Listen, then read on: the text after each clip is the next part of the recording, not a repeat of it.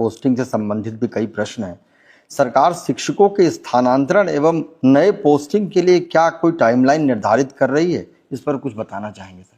देखिए, बहुत सारे आवेदन पत्र प्राप्त हुए हैं राज्य मुख्यालय में और बहुत सारे लोग आते रहे और इतनी बड़ी संख्या में लोग आए तो हम लोगों ने सोचा कि इन सभी के आवेदन पत्र हम लोग ऑनलाइन पोर्टल में प्राप्त करेंगे।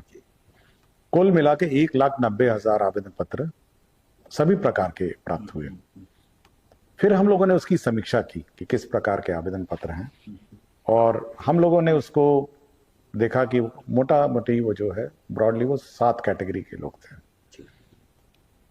इसमें रुग्णता का इश्यू था, कुछ परिवार के लोग रुग्ण थे, कुछ अपने विकलांग थे, कुछ विडोज थे और कुछ हमारे जो पति पत्नी वाले मामले थे, जो पति और पत्नी एक साथ नहीं रह पा रहे हैं वो थे और बाकी दूर दराज के लोग थे।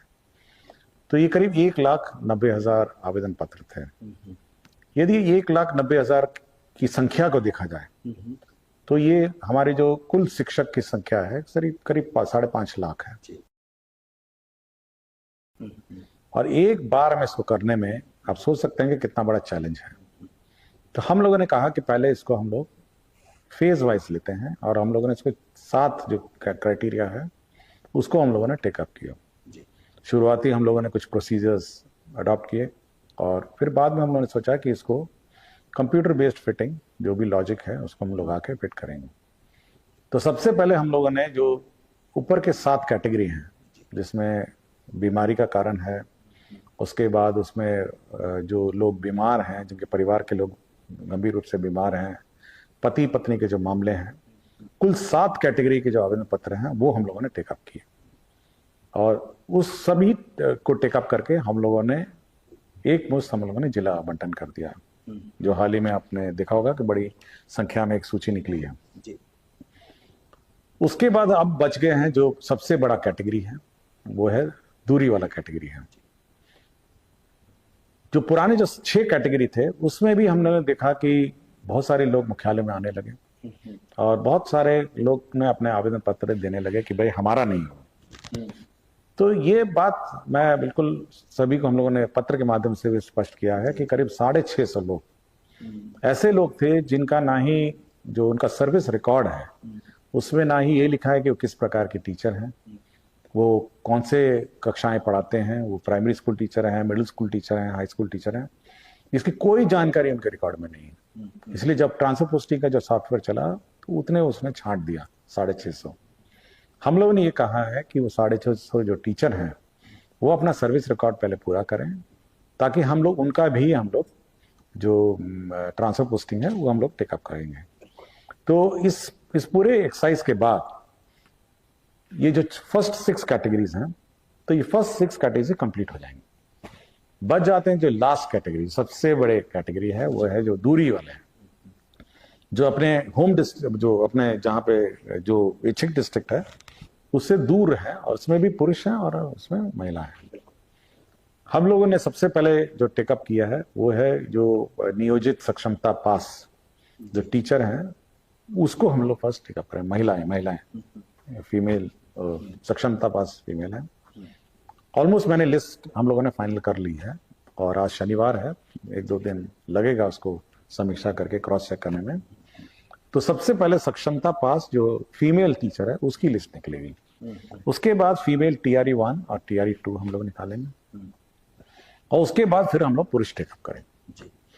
तो इससे ये है कि हम लोग एक तो फेज वाइज देखते हैं, चेक करते हैं, फेज वाइज हम लोग चल रहे हैं और सबसे पहले तो हम लोग को पहले जिला अपने जिलों में उसको आवंटन कर रहे हैं। और हम लोग जब जिले आवंटन करते हैं तो हम लोग ये चेक करते हैं कि ऐसा ना हो कि कुछ जिले से अचानक बड़ी संख्या में लोग बाहर निकल आए और कुछ जिले में अचानक बहुत सारी संख्या में आ जाए। उदाहरण स्वरूप जैसे मैं बताना चाहूंगा कि पटना जिला के लिए ऑलमोस्ट 20% आवेदन पत्र पटना जिला के लिए और सभी लोग पटना जिला आना चाहते हैं और वो भी पटना के नगर निगम क्षेत्र में आना चाहते हैं। तो हम लोग ये सब चेक करते हैं कि वास्तव में मतलब कितने लोग आ रहे हैं किसी जिला में और कितने लोग किसी जिला से जा रहे हैं।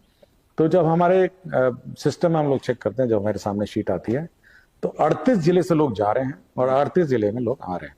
तो पूरी संख्या रहती है कि कितनी संख्या में लोग जा रहे हैं और कितनी संख्या में आ रहे हैं। एक तो जिला का अपना बैलेंस बिगड़ना नहीं चाहिए, दूसरा है स्कूल का भी बैलेंस बिगड़ना नहीं चाहिए।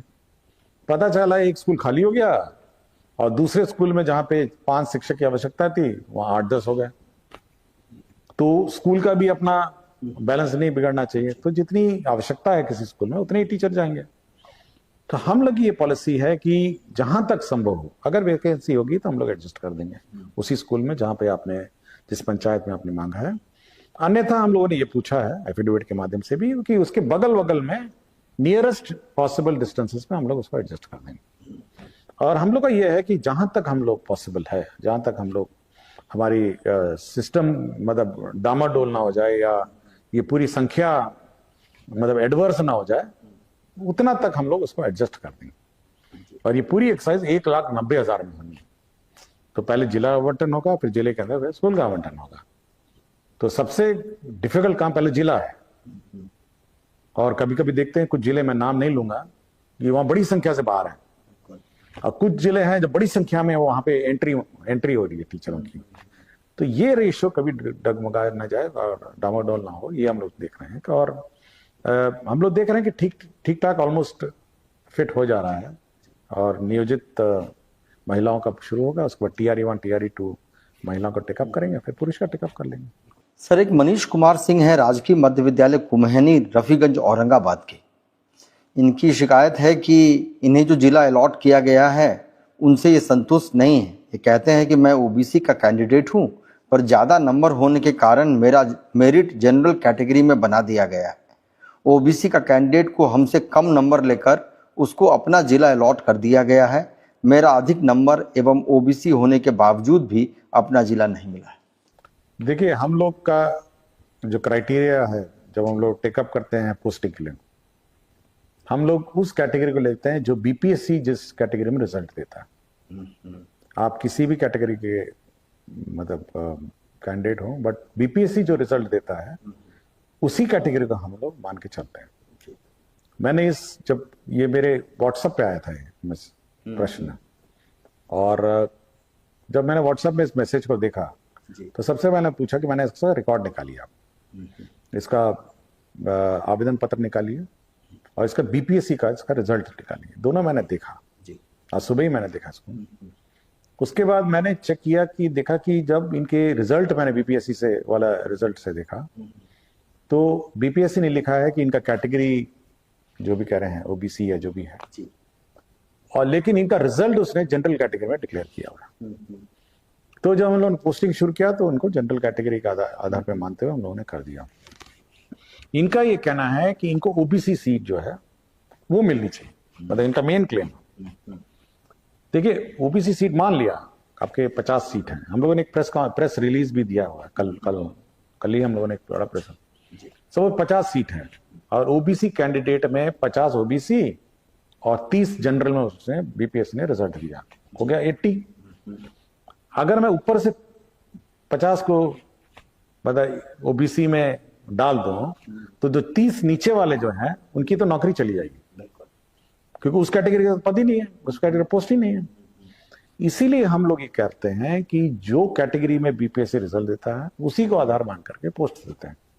और यही विभिन्न मामलों में ऐसे ही निर्णय हुआ है, विभिन्न सर्विसेज में भी ये निर्णय हुआ है जिला अलॉटमेंट का। और बहुत सारे जितने भी रूलिंग्स हैं ये सब इसी आधार पर है। और हमारे डिपार्टमेंट में इसी में जो हम लोग का रूल पोजीशन है उसके आधार पर यही बात निकल आई है। और यदि इस कैंडिडेट को कोई और अन्यथा जानकारी हो किसी अन्य नियम कानून की तो जानकारी दे सकते हैं, बट जो स्थापित नियम कानून है उसके बारे में हम लोगों ने एक प्रेस रिलीज दिया है। और मैं बहुत ही स्पष्ट बोल रहा हूं कि हम लोग का ये बहुत बड़ी एक्सरसाइज है और हम लोग ये अफोर्ड नहीं कर सकते हैं कि किसी के साथ अन्याय हो जाए या किसी के साथ पक्षपात हो जाए। हम लोग बहुत फेयर और बिल्कुल ट्रांसपेरेंट है। हम लोग पूरी सूची पब्लिश करते हैं, कहीं छुपी छुपाई सूची भी नहीं, आप देखिएगा पूरी सूची आ जाती है। इसलिए बिल्कुल ट्रांसपेरेंट वे में करते हैं। और यह विश्वास आप सभी शिक्षकों को रखना चाहिए कि विभाग आपके मामले में पक्षपात नहीं करेगी और जो स्थापित नियम कानून रूल वैकेंसी पोजीशन है उसके आधार पर जो पॉसिबली अच्छा हो आपके भलाई के लिए वो निर्णय लेगी।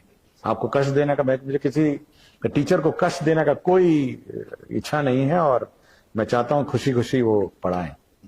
श्रीमती स्मिता श्री हैं, एक माध्यमिक शिक्षिका हैं।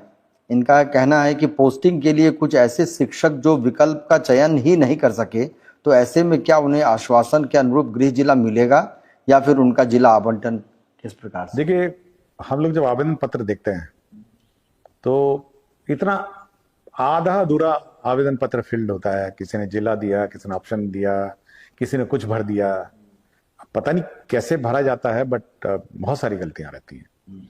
और हम लोग का ये है कि ये कंटिन्यूस प्रोसेस है। लोगों से आवेदन लेना, उनका पोस्टिंग करना, ये कंटिन्यूस प्रोसेस है। ऐसा नहीं है अभी 1,90,000 पे हम लोग कंसंट्रेट कर रहे हैं, किंतु ये जब एक्सरसाइज कंप्लीट हो जाएगी तो फिर आगे भी आवेदन पत्र लेते रहेंगे। तो ये ऐसे किसी को निराश होने की जरूरत नहीं है कि ये अंतिम मौका है, उसके बाद नहीं होगा। जब मौका आएगा, जब आवेदन पत्र प्राप्त होंगे, तब वो अपना एप्लीकेशन दे सकेंगे। एक श्रीमती स्मिता सिंह शिक्षिका रामजी चक पटना की हैं।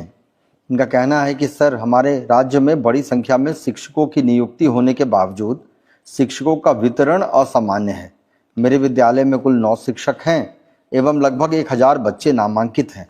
तो इस परिस्थिति में राज्य सरकार शिक्षकों के समान वितरण, रैशनलाइजेशन के संबंध में क्या विचार कर सकती है? देखिए, मैंने पहले ही कहा कि जब हम लोग पोस्टिंग ट्रांसफर करते हैं और जब टीचर का फ्लो होता है, वो मतलब वो ऐसा ही एडवर्स ना हो जाए कि कुछ जिले से टीचर्स बाहर आ जाएं और कुछ जिले में ज्यादा टीचर हो जाएं, या कुछ स्कूल से बाहर आ जाएं और कुछ स्थानों पे ज्यादा टीचर हो जाएं।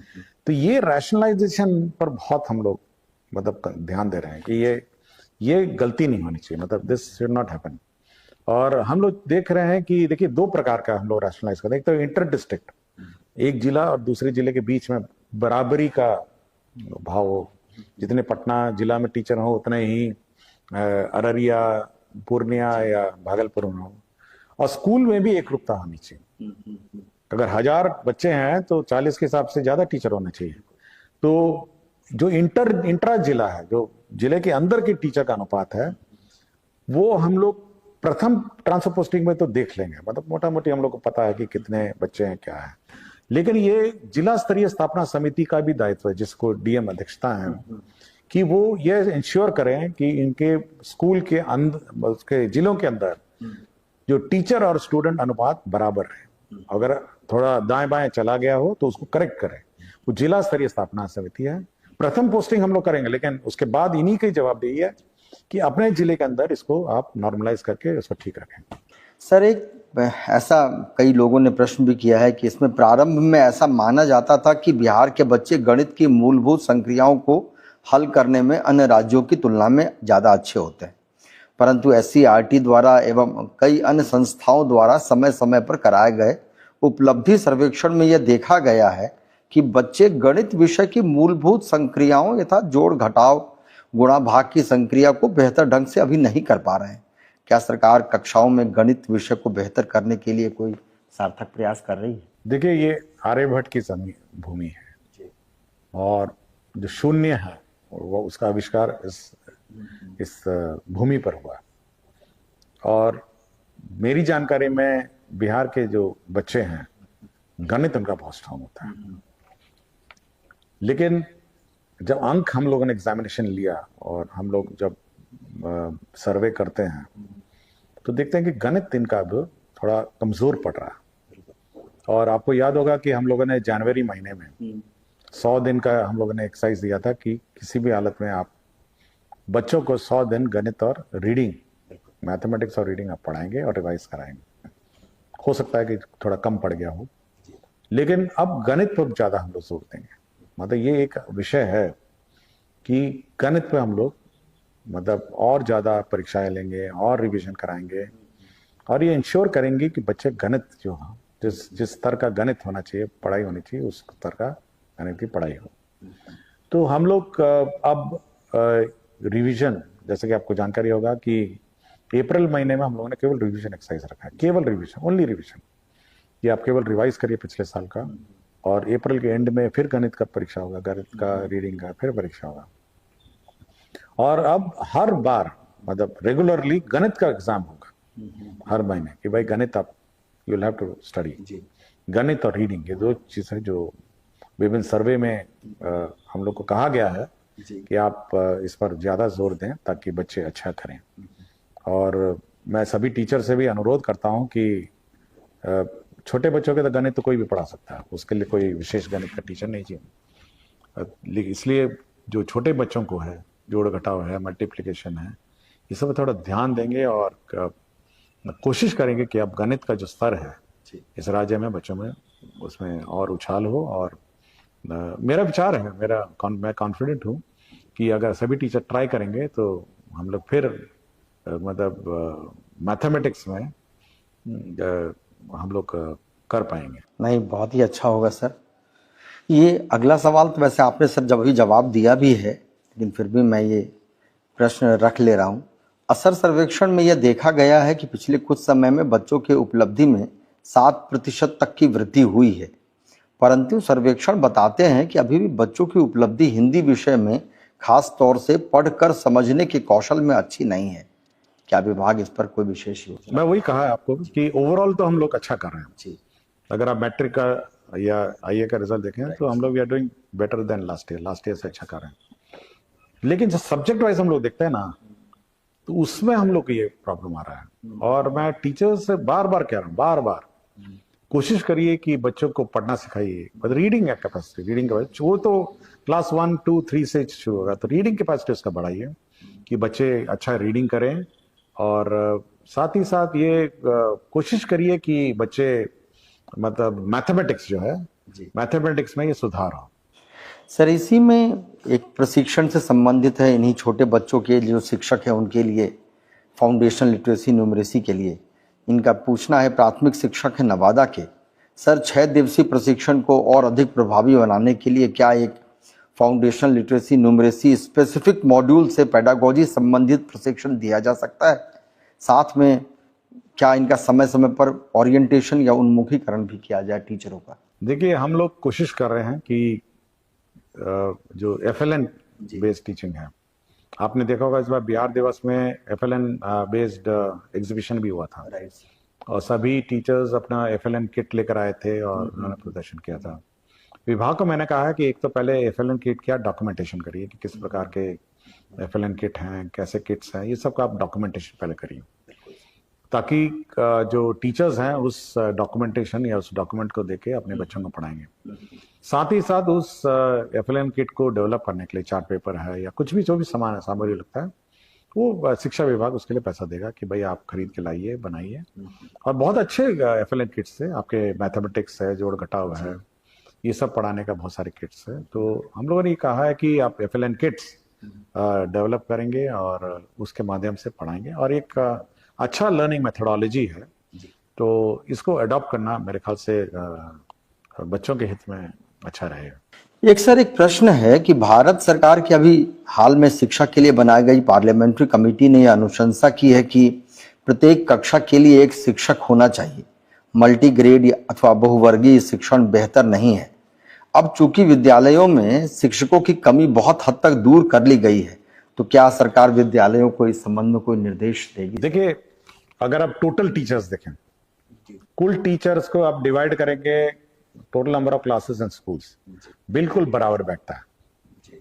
मतलब आपको हैरानी होगी कि इतने शिक्षक हैं हमारे पास कि बिल्कुल बराबर हो जाता है। मतलब आप टोटल अप करेंगे, टोटल नंबर ऑफ टीचर्स और टोटल नंबर ऑफ स्टूडेंट्स।